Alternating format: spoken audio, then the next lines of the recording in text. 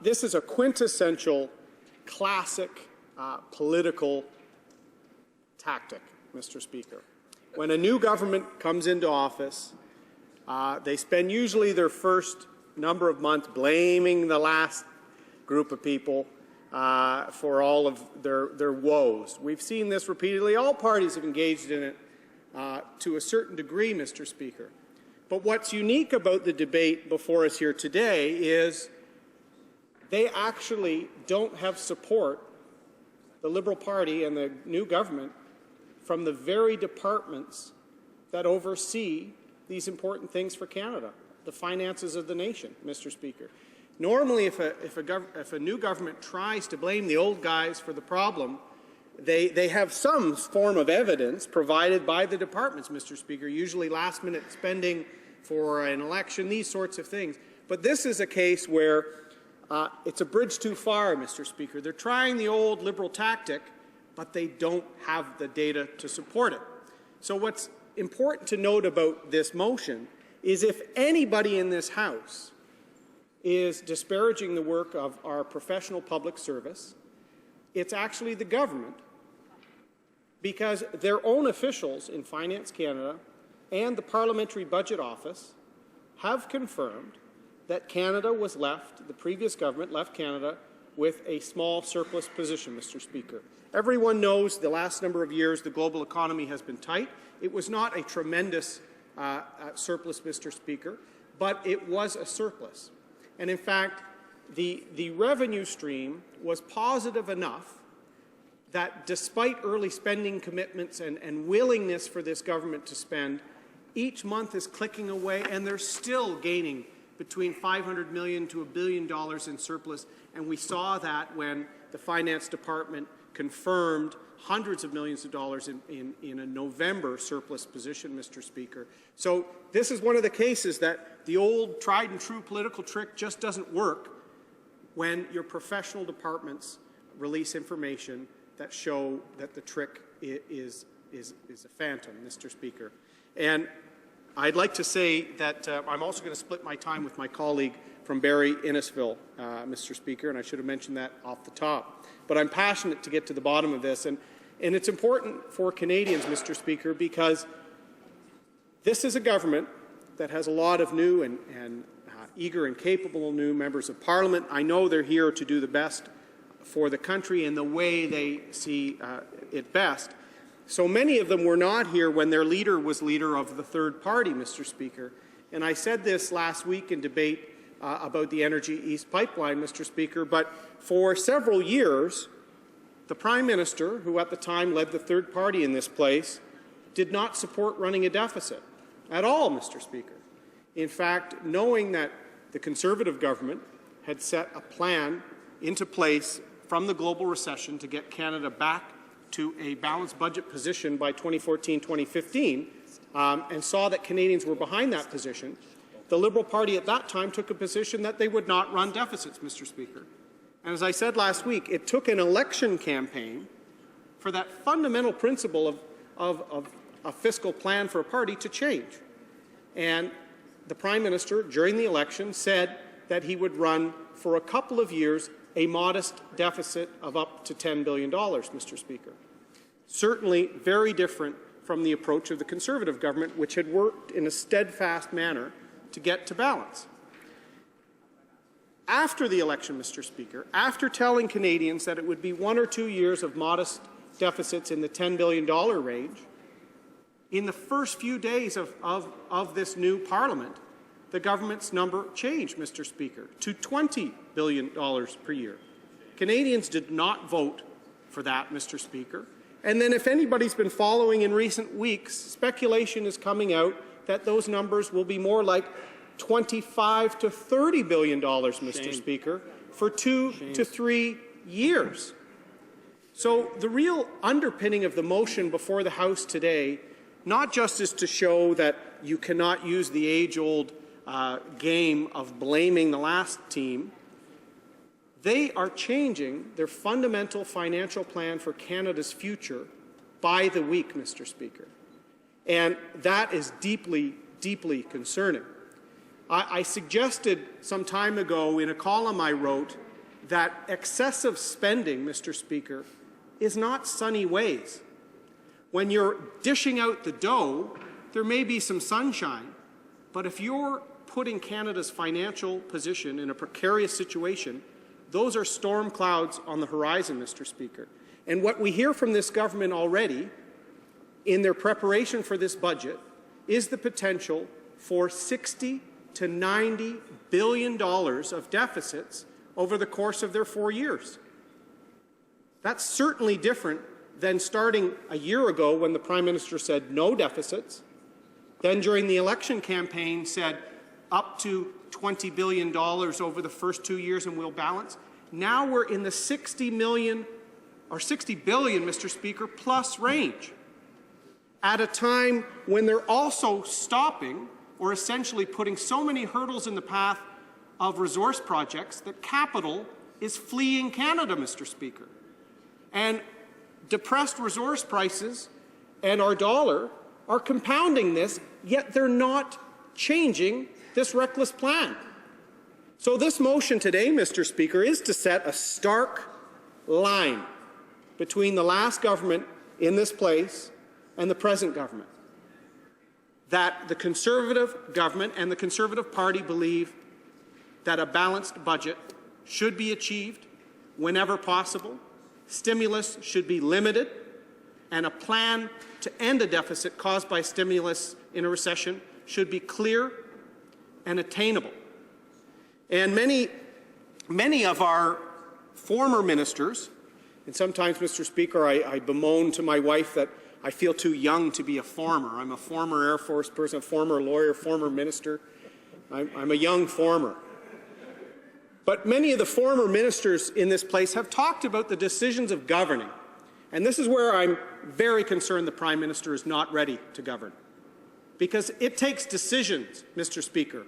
A minister in his government is famous for saying it's not easy to make priorities. Well, that's what Canadians elected them to do. And those priorities need to be getting a proper world price or better than current price for our resources. That includes, Mr. Speaker, budgets that do not put our future at risk. That includes not eliminating a popular measure for saving like retirement or reducing it dramatically with the TFSA, Mr. Speaker. That includes not driving out talent and our creative class by taxing stock options as income and by raising taxes on those very people as well, Mr. Speaker. When I was Veterans Affairs Minister, Mr. Speaker, we steadily increased and modernized the department. And it's important to note, despite a lot of the rhetoric that you hear on this, the last government, the Chrétien government, Martin government, ended with a $2.9 billion budget for Veterans Affairs Canada, and we ended with approximately about a $3.4 billion budget. So anyway you slice it, Mr. Speaker, despite a global recession and despite our pledge to balance the budget, which we did, we increased that budget by 15%. Now, we spent in different areas, Mr. Speaker, because post-Korean War and 30 years ago in the Cold War, PTSD wasn't even discussed in a responsible way, Mr. Speaker. We went from 2 operational stress injury clinics the previous government opened to 27 by the time we left office, addressing a new need. So that new spending went to areas of need, Mr. Speaker. We created a family caregiver relief benefit. We created the retirement income security benefit. We created the critical injury benefit. All new benefits passed in the last Parliament to address some of the gaps in the new Veterans Charter that the previous government created. In fact, it was the Minister of Immigration, Mr. Speaker, that all parliamentarians voted for and our government implemented and fixed along the way. And that took decisions, Mr. Speaker, because when you want to balance the books, when you don't want to raise taxes on Canadians, when you want to lower them, it means making priorities. And so this motion before our House today draws the line in the sand, Mr. Speaker, between the previous government that planned, that spent in priority areas, that tried to get jobs created through innovative new sectors, also by supporting our resource sector, by spending prudently, by creating retirement tax planning like tax-free savings accounts, by allowing all families a benefit in the universal child care benefit.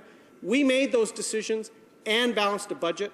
The Department of Finance officials confirmed that, Mr. Speaker. It's about time that the new government recognizes that, starts a new course to make sure the sunny ways don't turn into storm clouds on the horizon. Thank you, Mr. Speaker. Well done. Questions and comments. The honourable member for Newmarket Aurora. Speaker, and I want to thank my friend opposite, the member from Durham, for his fantastic insight into this debate today.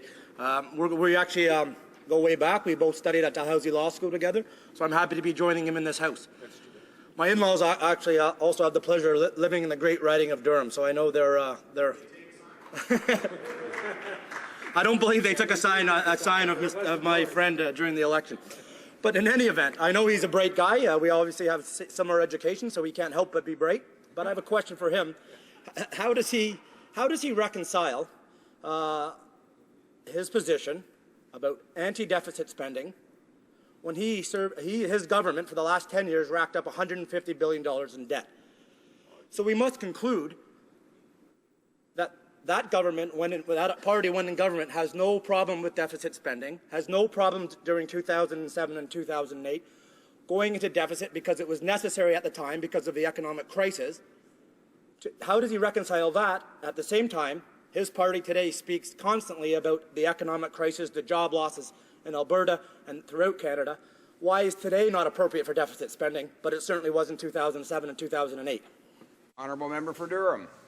Thank you very much, Mr. Speaker, and I appreciate that question from my learned friend from Newmarket Aurora. He was a year behind me at Dalhousie Law School. I'm quite sure he graduated, Mr. Speaker.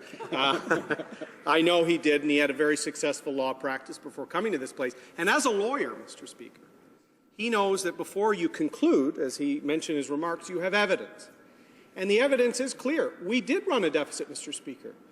But the previous Prime Minister was crystal clear with Canadians that our deficit spending was time-limited, was stimulative, and was part of a longer-term plan to get to balance by 2014 and 2015, which we did, Mr. Speaker. At the time, as I said previously, while also lowering taxes on Canadians, particularly families and seniors, and growing the economy modestly. And our success record was stronger than most countries in the G7 through that global recession. The difference and the line in the sand we're drawing, Mr. Speaker, is the plan the new Liberal government seems to have has deficits going up with no end in sight, not going down. $10 billion and $20 billion deficits in their election plan, going to 60 plus.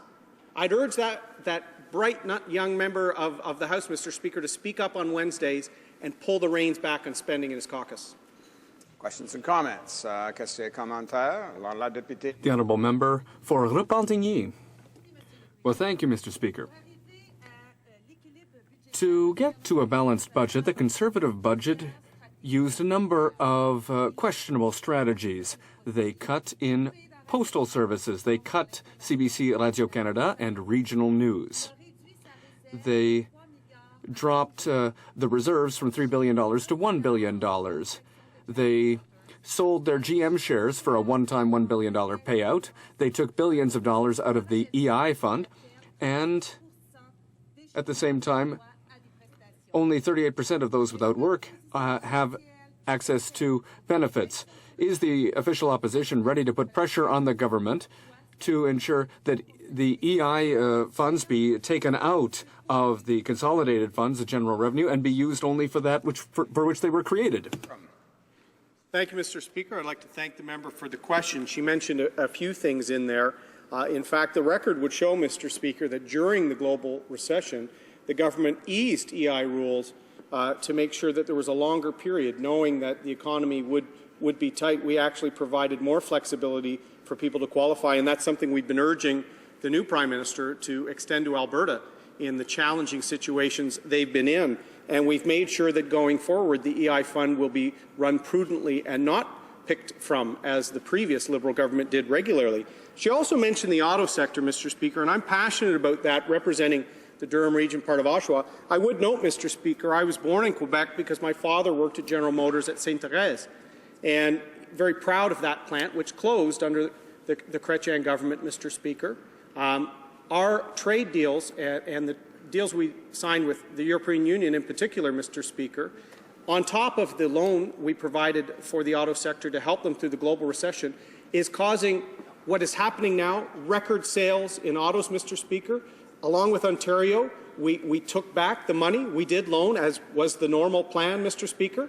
But the auto sector we have today, with the Edge vehicle built in Oakville for around the world, new investments, the Auto Innovation Fund, we secured an industry that was on the precipice, Mr. Speaker, and we're not going to let happen to Oshawa what the last Liberal government let happen to Sainte-Thérèse.